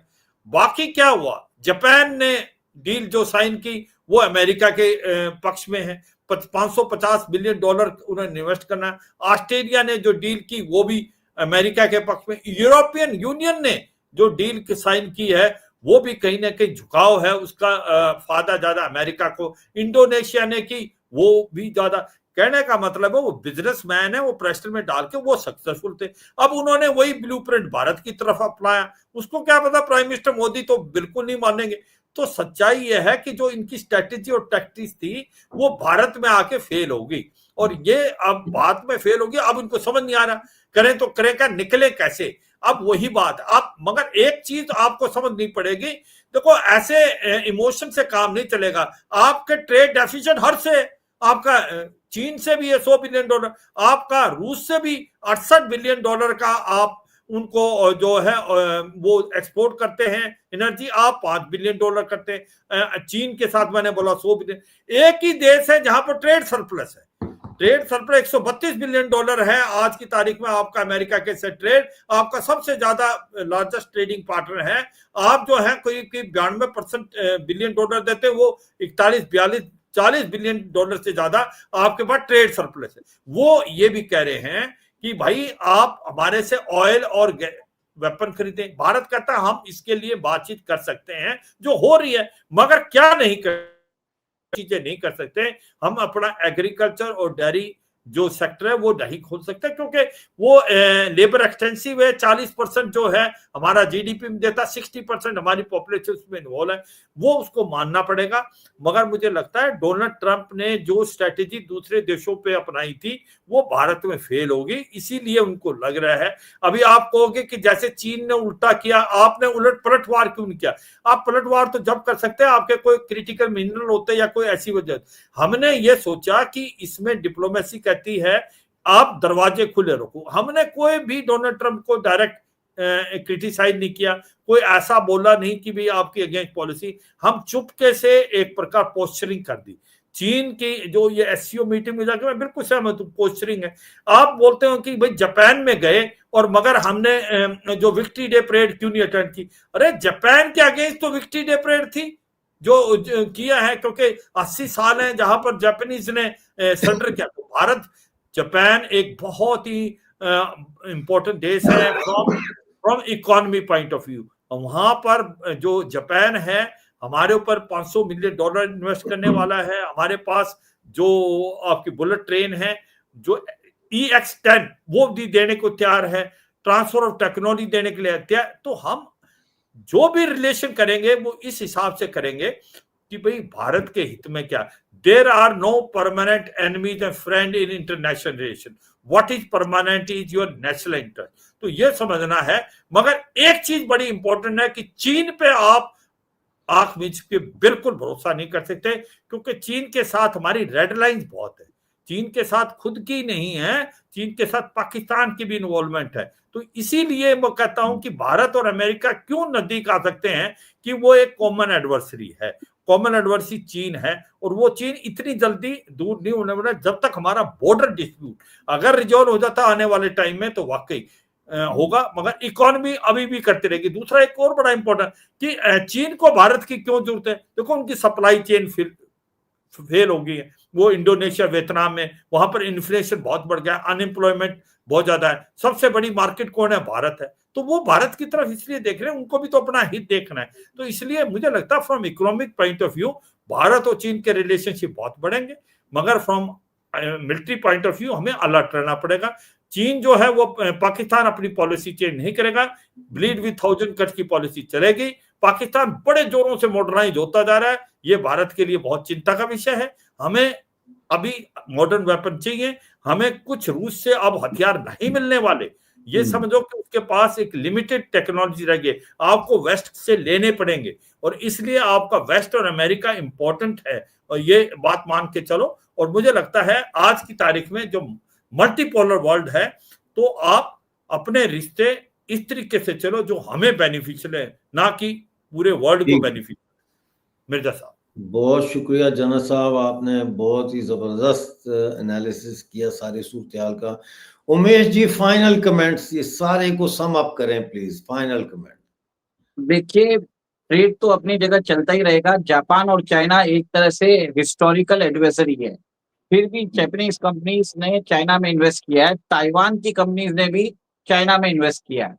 ट्रेड अपनी जगह चलता रहेगा कन्वीनियंस के हिसाब से, पर बाउंड्री जो है वो हमारी बहुत एक तरह से वो डिस्प्यूटेड है। जैसे चाइना से बताते हैं कि कम से कम अपना जो हमारा जो बॉर्डर है 3788 किलोमीटर का बॉर्डर है, और अनडिमार्केटेड बॉर्डर है। तो कहीं ना कहीं we have to be militarily alert, और मोदी सरकार वो कर रही है। बट ये देखिए कि पाकिस्तान को जिस हिसाब से अमेरिका ने सपोर्ट किया, वो डोनाल्ड ट्रम्प जो फर्स्ट टर्म में एंटी पाकिस्तान रहे, और सडनली वो प्रो पाकिस्तान इसके लिए हुए क्योंकि उनके ट्रम्प के जो बिजनेस इंटरेस्ट है वो अलाइन हो चुके थे पाकिस्तान के साथ। फिर उन्होंने एक तरह से भारत के ऊपर सैंक्शंस लगाए, और उनको जब हमने एंडोर्स नहीं किया, तो ये एक बचकानी हरकत है। कहीं ना कहीं मुझे लग रहा है कि Trump is being manipulated from with in. नहीं तो ये जो ट्रम्प कर रहे हैं इतने बेवकूफ नहीं है। देखिए, मेरा ये मानना है कि ट्रम्प जिस हिसाब से, अगर जनरली आपने देखा होगा कि JFK की जो मृत्यु हुई थी, ट्रम्प को भी अगर वो जो उनको जो बुलेट अगर जो मिस हुआ है, it was design to be missed, it was not design to strike Trump. तो उनको जिताया गया है, आप ये देखिए। और इसके बाद इन्होंने एक तरह से भारत के अगेंस्ट जो काम किए हैं, उन्होंने वहां पे जो भारतीय इंटरेस्ट है सबको टारगेट किया है, लोगों को चेन में डाल के भेजा है। अमजद जी, आप सोचिए, किसी और कंट्री के साथ नहीं किया है, भारत को ह्यूमिलेट करना चाहते थे। यहाँ पे बात होती है सेल्फ रेस्पेक्ट की। आपको बोलते हैं कि हम मोदी जी को बुलाएंगे, Modi ji will come and bag, हम डिसाइड करेंगे हम कैसे करना। बात सेल्फ रेस्पेक्ट की होती है। ट्रेड जगह, हर जगह ट्रेड नहीं देखा जाता। देखिए, जनरल साहब अपने इस जगह सही है, वो सब बात कर रहे हैं, बट इनको ये नहीं मालूम ट्रेड के अलावा सर्विसेज भी बहुत चीजें होती है। हमको रेमिटेंसेस भी आते हैं, पर बहुत सारे जो अमेरिकन कंपनी से भारत से बहुत कुछ कमाते भी है। हमारे भी स्टूडेंट्स उधर जाते हैं, $15 बिलियन उधर खर्चा करते हैं, हमारे स्टूडेंट उधर जाते हैं। उसके अलावा जो जितनी भी बिग टेक है वो भी भारत से अच्छा खासा रेवेन्यू लेके जाती है। अगर देखा जाए टोटल इनफ्लो और आउटफ्लो में इट इज नेट इक्वल। ऐसा कुछ है नहीं कि हमारा कोई डेफिसिट है। लोगों को ट्रेड का बात जरूर है कि हम सरप्लस में हैं, पर सर्विसेज में आज भी हम डेफिसिट में हैं, क्योंकि अमेजॉन, नेटफ्लिक्स, गूगल, अल्फाबेट, देखिए मेटा, ये लोग भारत के से लाखों करोड़ों रुपए भी कमा रहे हैं। इनको सब चीज मिल रहा है, भारत का डेटा मिल रहा है, सब चीज मिल रहा है। देखिए इनको तो जरूरत है, ये हमारे पास आएंगे, पर हमारे यहाँ आके हमारी पॉलिटिक्स में इंटरफेयर करके देश के अंदर खालिस्तानी ऑपरेटिव्स को उन्होंने एक तरह से बाइडेन एडमिनिस्ट्रेशन ने दिया था, एक फ्री हैंड दिया था, ये भी देखने वाली बात है। तो कहीं ना कहीं अमेरिका हमेशा एक तरह से भारत के अगेंस्ट एंटी इंडिया जो एजेंडा है परस्यू करता था। डेमोक्रेट जो करते थे वो कोवर्टली करते थे, जो ट्रम्प कर रहे हैं वो ओपनली कर रहे हैं। This is why I say that America हमारा फ्यूचर दुश्मन है। हमें एक तरह से उनसे ट्रांजैक्शन रिलेटेड देखने की जरूरत है। जस्ट बिकॉज हमारी भाषा और हम पीपल टू पीपल एक्सचेंज हो रहा है, हमें उनसे बात करने की जरूरत नहीं है। सेकंड, मेरा एक और एक चीज है, मैं कंट्रोवर्शियल स्टेटमेंट भी दे रहा हूँ कि भारत की जो ओवरसीज डायस्पोरा है, one of the weakest diaspora है। देखिए 1.5% आपकी पॉपुलेशन है आपकी अमेरिका में, आपने कर क्या दिया? आप 6% उधर टैक्स भरते हो, आपके इतने सारे सीईओज है, आप बोलते हो हेल्थ केयर सेक्टर में 10% है, हम इतना कंट्रीब्यूशन करते हैं। डोनाल्ड ट्रंप को जिताने में भी भारत बहुत इंपॉर्टेंट, भारत के लोगों का बहुत इंपॉर्टेंट रोल हुआ। क्या किया काश पटेल ने, क्या किया तुलसी गबार्ड ने, क्या किया बाकी सीईओज ने? जिस हिसाब से सबमिट हो गया है, इससे जो अच्छा पाकिस्तानी है, कम से कम अपने देश के लिए वो पॉलिसी तो चेंज कर पा रहे हैं। भारत के जो ओवरसीज इंडियंस है, सॉरी टू से, they have not done anything. अब हमें आके बोलते हैं कि भारत के साथ, भारत और अमेरिका के बीच में अच्छा संबंध होना है, जरूरी नहीं है। It can come only with respect. This is ठीक है। What I would like to say. ये एक तरह से वेकअप कॉल है for all those Indians who want to be in America and want India to be a subservient of America. This is not possible. जो देश के राष्ट्रपति हमारे मोदी जी के अगेंस्ट इतनी बातें करता है, रशिया यूक्रेन वॉर को मोदी वॉर बोल रहा है वो पीटर नवारो। आप सोचिए, ये सब चीजें, डिप्लोमेसी अलग होती है। क्या हमने कभी टेक्सास की बात की है? क्या आपने कभी कैलिफोर्निया की बात की है? हमेशा वो कश्मीर में क्यों बोलते हैं? This is what we have to say. जब तक आप बोलना चालू नहीं करोगे, तब तक आप अमेरिकन को उनकी भाषा में नहीं बात करोगे, तब तक वो समझने वाले नहीं है। और हिस्टोरिकली और हमेशा वो उन्होंने भारत के अगेंस्ट काम किया है। ये मैं आपको इसके लिए बता रहा हूँ कि अमेरिका को हमारी जरूरत है, अमेरिकन बिग टेक को हमारी जरूरत है। Data is the new oil. India के अंदर जो डाइवर्सिफाइड पॉपुलेशन है, 17% of the world population, you cannot ignore that. America needs India more than India needs America. Okay, ऐसा नहीं है कि वन साइडेड रिलेशनशिप हो सकता है। कॉम का सा बेका, हमने लेमोआ जो भी साइन किया है, तो ये सब चीज ठीक है। हमारे पास वो फैसिलिटीज आ गई है। हमारे पास वो आज जीपीएस, हमारा खुद का नाविक आ चुका है, हमने खुद सैटेलाइट्स भेज दिए। आज हम अमेरिका के ऊपर डिपेंडेंट नहीं है। जब डिपेंडेंट था तब डिनाई भी किया था उन्होंने जीपीएस कोऑर्डिनेट्स, ये भी ध्यान रखिए। तो ये चीज है, मैं ये नहीं बोलता हूँ कि अमेरिका के साथ सब रिलेशनशिप खत्म कर दो, पर ट्रांजैक्शनल हो। आपको एक तरह से स्ट्रेटेजिक होके काम करना पड़ेगा। हमें ठीक। क्या फायदा मिल सकता है वो देखने की जरूरत है। We don't need to be the American frontline soldiers in the war against China. जो अमेरिका क्या करना चाहता है, इंडिया और चाइना को भिड़ाना चाहता है, ताकि the world second largest economy और फोर्थ लार्जेस्ट इकोनॉमी उसको चैलेंज ना कर सके फ्यूचर में। We don't need to be the American foot soldiers to fight against the Chinese. ये बात हमें समझने वाली बात है। जो अमेरिका में पॉलिसी मेकर्स है, उन लोगों को ये सब चीज मालूम होती है। और मेरा ये मानना है अमजद जी, जो जितने भी एनआरआईज है जो इतनी बातें करते हैं, हमारे आपको यहाँ पे आके ज्ञान देते हैं, पहले ये पूछिए कि उन्होंने ट्रम्प के अगेंस्ट क्या किया। जब लुटविक बोल रहा था, पीटर नवारो बोल रहा था, लिंडसे ग्राहम बोल रहे थे, स्कॉट बेसेंट बोल रहा था, कैरोलिना क्लिविट बोल रही थी, तब इन्होंने क्या किया? हमें क्यों जाके बोलते हैं? First you have to protect there. Chinese और Pakistanis, overseas Pakistanis are much better than overseas Indians. सिर्फ भारत माता की जय बोलने से काम नहीं होता है। वहां पे जाके सीरियसली आपको देश के लिए काम करना पड़ता है। वहां पे जाके प्रेशर ग्रुप बनाना पड़ता है। वहां पे जाके भारत के इंटरेस्ट को आपको परस्यू करने की जरूरत है। सिर्फ मोदी जी के साथ फोटो खिंचा के हाउडी मोदी ये सब में अटेंड करके आप देशभक्त नहीं बनते हो। उसमें ये होता है कि आगे जाके आपको इंटरेस्ट संभालना पड़ता है। This is very much important. देखिए, ठीक। कड़वी बातें बहुत की है मैंने, मैं हमेशा वही जानता हूँ, मैं हमेशा ठीक है, कड़वी ठीक। बातें बोलने के लिए जानता हूँ। I am not here a diplomatic person. मुझे जो ठीक। सही लगता है वो बात बोलने की बिल्कुल। जरूरत है, और लोगों को एक तरह से जगाने की जरूरत है। किसी को गुस्सा है तो ठीक है, पर सही बात है। क्या हमारे होमी बाबा को नहीं मारा था? ये पूछिए। क्या नंबी नारायणन का उन्होंने खराब नहीं किया था? How can we forget all this things? Remember your history. If you forget your history, you're doomed to be slave forever. This is what I would like to say. आप इनके साथ ट्रांजैक्शन करिए, ट्रेड सब होगा। जब China और Japan कर सकते हैं ट्रेड, ताइवान और चाइना कर सकते हैं ट्रेड, इंडिया और अमेरिका भी करेंगे, इंडिया और चाइना भी करेंगे। ट्रेड के लिए हम झुक नहीं सकते। Self respect can not be compromise. सीधी बात है। डिप्लोमेसी ये नहीं होता है कि आप उसके पांव जाके पकड़ लो। मोदी जी ने वही किया है, किसी के पांव नहीं पकड़े।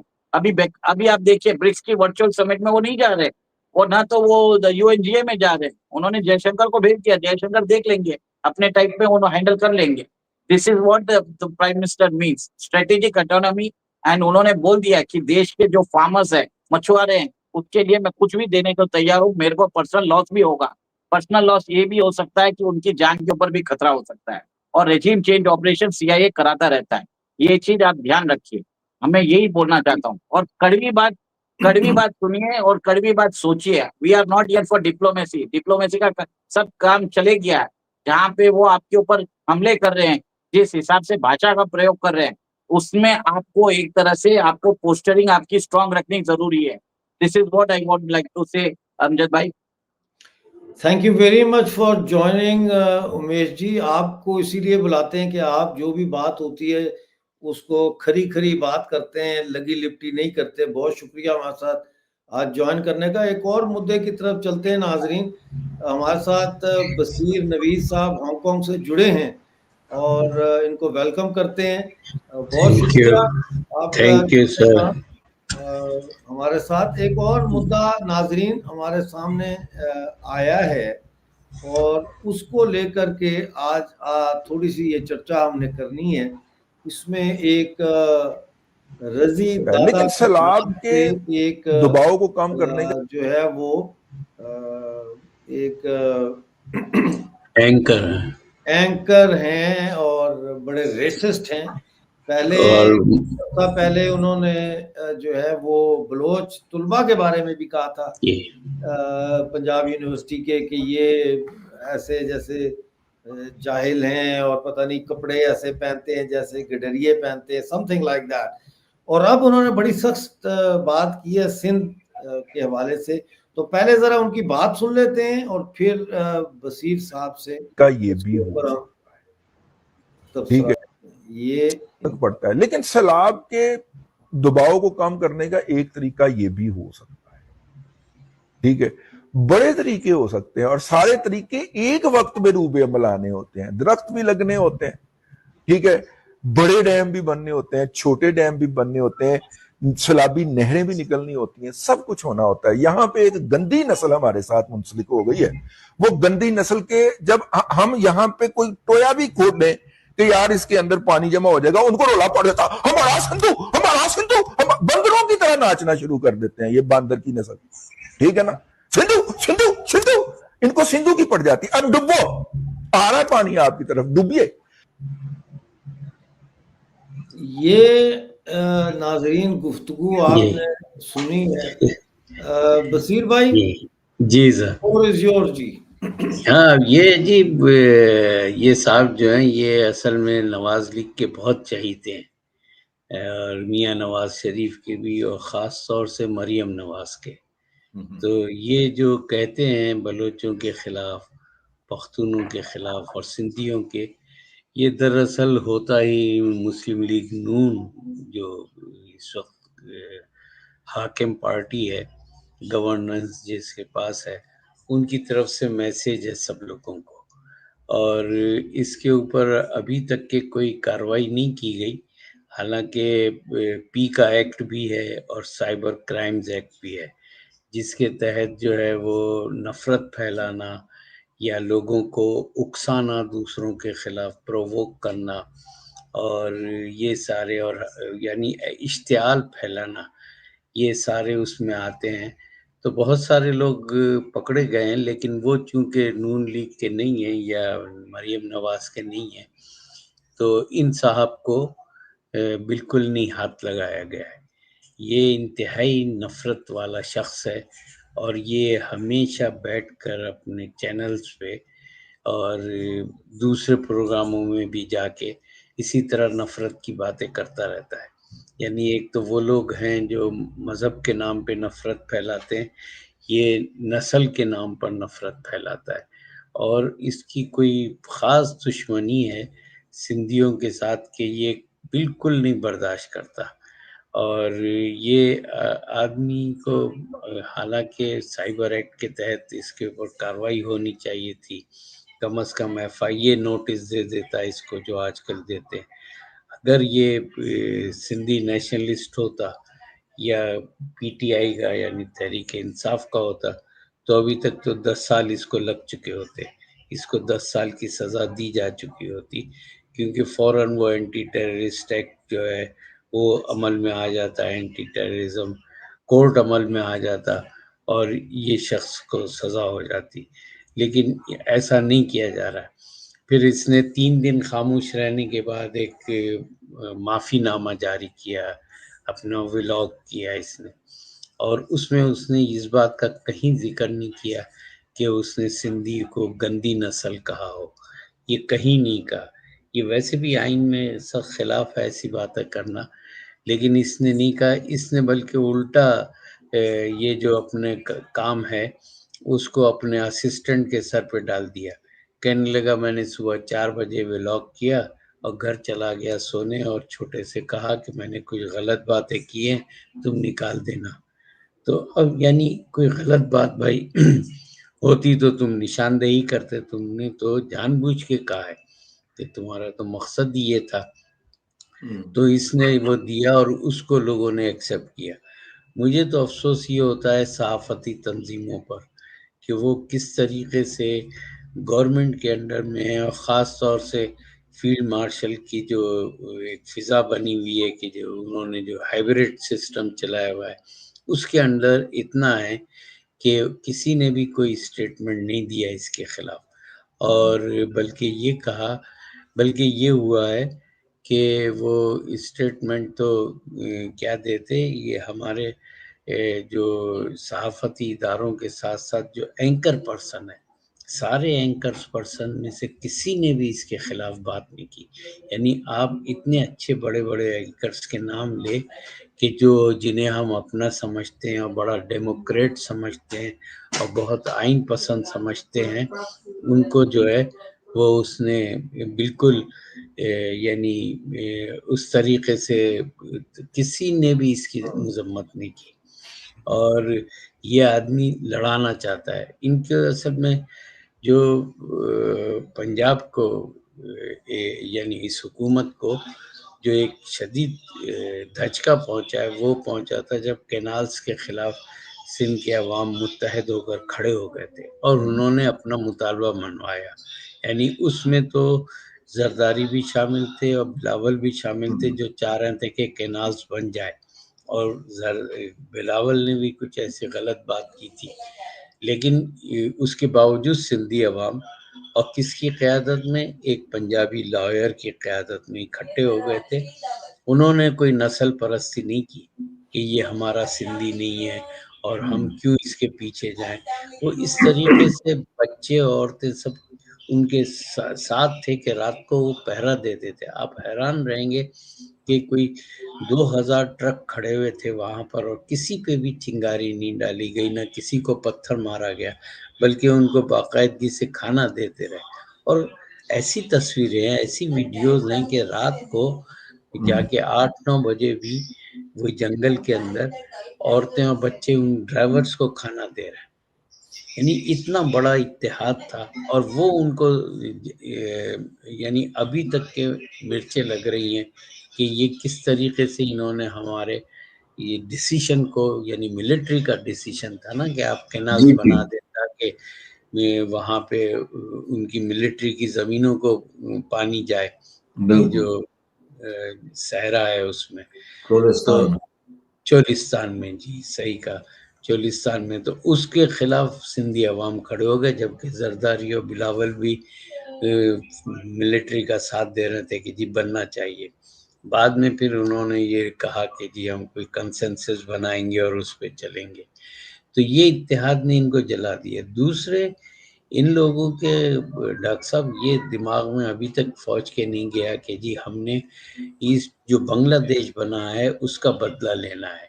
इनके दिमाग से अभी तक के ये नहीं गई है बात। नहीं, सिंधियों से लेना है बदला, बलोचों से लेना है जी, बदला। बलोचों से, जी बिल्कुल, बलोचों से, सिंधियों से, पख्तूनों से, इनको खास तौर से बलोचों से तो वो ले ही रहे हैं ना नहीं तो बदला वो दिन उसमें रात। इनका क्या कसूर है? बलोच और इनका सिंधियों का, पश्तूनों का क्या? जी सिंधियों का ये है कि वो रेजिस्ट कर रहे हैं, वो इनके डिसीजन नहीं चलने दे रहे हैं। इनकी पार्टी जो पाकिस्तान पीपल्स पार्टी है वो तो नुमाइंदा कहलाती है ना सिंध की, कि जी वहाँ उनकी हुकूमत है। और वहाँ उन्होंने जो है वो सिंधी अवाम ने रेजिस्ट किया और कितने 13 दिन तक के बैठे रहे। अब आप बताइए कि इतना जबरदस्त, तो इस बात की तो जलन है। अब वो इनके दिमाग में है कि जो हमारे पत्थरों ने उतारी गई थी उसका बदला लेना है। तो आप ये देखें कि बलूचिस्तान में जिस तरह बेईमाना तरीके से मार पीट रहे हैं, उठा के गायब कर रहे हैं, लाशें सड़कों पे फेंकते हैं, हर 1 किलोमीटर पे 2-2, 3-3 जो है रुकावटें खड़ी की हुई है, पिकेटिंग की हुई है। और वहाँ लोगों से पूछते हैं कि कहाँ जा रहे हो, यानी बलूच लोगों से जो अपने घर जा रहे हैं उनसे पूछते हैं कहाँ जा रहे हो, तुम्हें तो कुछ पता नहीं बलूचिस्तान का, और लोगों को मार देते हैं, ऐसे शूट करते। वो लड़के की तस्वीर तो है ना आपके पास, वीडियो भी, जिसे उन्होंने वो इम्तिहान देकर घर आया माँ से मिलने, उसको खड़े खड़े मार दिया गोली। तो ये अभी तक के इनके जहन में वो है। और वो जो बुजदिली इन्होंने बांग्लादेश में दिखाई 4 फीट के बंगालियों के सामने, उसका वो इंतकाम लेना चाहते हैं। इसीलिए वो कहते हैं सिंधियों को कि मुसलमान नहीं है, ये काले रंग के लोग हैं, ये दुबले पतले हैं, ये जाहिल हैं। ये अब उन्होंने इसके लिए सिंधियों को, मतलब ये जो कैनाल्स की लड़ाई के बाद सिंधियों को बदनाम करने के लिए कभी कहीं, वो अहमद शाह एक आर्ट्स काउंसिल का है, कराची आर्ट्स काउंसिल का, जो बड़ा चहीता है गवर्नमेंट का, फौज का, वो कहता है कि जी हमने इनको समंदर बताया सिंधियों को, यानी सिंधियों के पास समंदर है और वो कह रहा है कि हमने इनको दिखाया समंदर है और हमने इनको बताया कि कराची शहर है। अरे यानी इस तरीके से कल वो को ये कहेंगे हमने इनको सिंधी जुबान भी हम ही ने सिखाई है। जी जी जी बिल्कुल बिल्कुल यही कह रहे हैं कि हमने कह भी रहे हैं कि ये अरबी रस्म खत हमने इनको बना के दिया, इनको तो पता ही नहीं था। यानी इस किस्म की नफरतें करके सिर्फ वो अपनी हकमियत जो है ना वो जताना है, मिलिट्री ने भी और ये पंजाब के जो हुक्मरान बने हुए हैं ना, इन्होंने दिखाना है। तो ये इस तरीके से ये इस शख्स ने, जिसका नाम रजी दादा है, ये यही करता है कि बहुत ही नफरत के साथ बात करता है और आज तक के इसको पकड़ा नहीं है। मैं तो हैरान हूँ कि ये पीका एक्ट किस बात के लिए, साइबर क्राइम्स एक्ट किस बात के लिए, जो वो कर रहा है उसके ऊपर कोई नहीं कार्रवाई। और आप देखें कितने अच्छे बड़े बड़े नामों के हमारे सबके दोस्त हैं एंकर्स, जो बड़े तरक्की पसंद कहलाते थे, बड़े कम्युनिस्ट कहलाते थे और बड़े तबकाती जद्दोजहद के हामी थे। ऐसे एंकर जो कहते थे नस्ल परस्ती ना हो, काले गोरों का ना हो, मजहब का फर्क ना हो, सब इंसान बराबर है। और यहाँ वो सिंधी बलोचों को गाली दे रहा है और ये बैठे हुए सुन रहे हैं, उसकी मजम्मत भी नहीं कर रहे। ये आलम है साहब। बहुत शुक्रिया बशीर साहब हमारे साथ आज जुड़ने का। Thank you. हमारे प्रोग्राम का वक्त अब खत्म लेकिन हो इसके जाता है। इसके लिए हमारी, जी इसके लिए सारी तंजीमों को बात करनी चाहिए कि भाई आप किसी इस भी पर नस्ल को अलहदा से गंदा, दोबारा प्रोग्राम करेंगे। जी कल गंदी नस्ल कहना कितनी गंदी बात है। बहुत ही गंदी बात है। कल इस 2 बजे जो है वो यूके टाइम अगर आपके जी पास हो तो कल हम जुड़ेंगे, बाकी सिंधी दोस्तों को भी जोड़ेंगे साथ और इस ठीक पे है, मजीद चर्चा करेंगे। 3 बजे कर लीजिए सब, 3 बजे कर रात लेंगे, में, चलो हाँ आपके लिए 3 2 बजे, बजे कर हाँ लेंगे, कल 3 बजे। कल 3 बजे। Thank you. हाँ ये थैंक यू टाइम अच्छा बशीर होता साहब, है। थैंक यू बहुत सर, बहुत बहुत शुक्रिया बहुत। आपका जी, बहुत शुक्रिया। नाजरीन ये था हमारा आज का लाइव और आप लोगों ने बहुत दिलचस्पी इसमें जाहिर की है, बड़े कमेंट्स किए हैं। उम्मीद है आप चैनल को ज्वाइन भी करेंगे और पेड मेंबर बनेंगे। हमें मेंबर्स की तादाद में इजाफा करना है। वीडियो को लाइक करें, शेयर करें और चैनल को अगर आपने अभी तक सब्सक्राइब नहीं किया तो प्लीज सब्सक्राइब भी करें। मिलते हैं कल यूके टाइम 3 बजे, इंडियन टाइम 7:30 बजे, पाकिस्तान टाइम 7 बजे दोबारा लाइव में, और बात होगी सिंध के खिलाफ जो जहर अफशानी की है ये पंजाबी सहाफ़ी ने, इसके ऊपर। बहुत शुक्रिया आज हमारे साथ जुड़ने का। कल तक के लिए इजाजत दीजिए।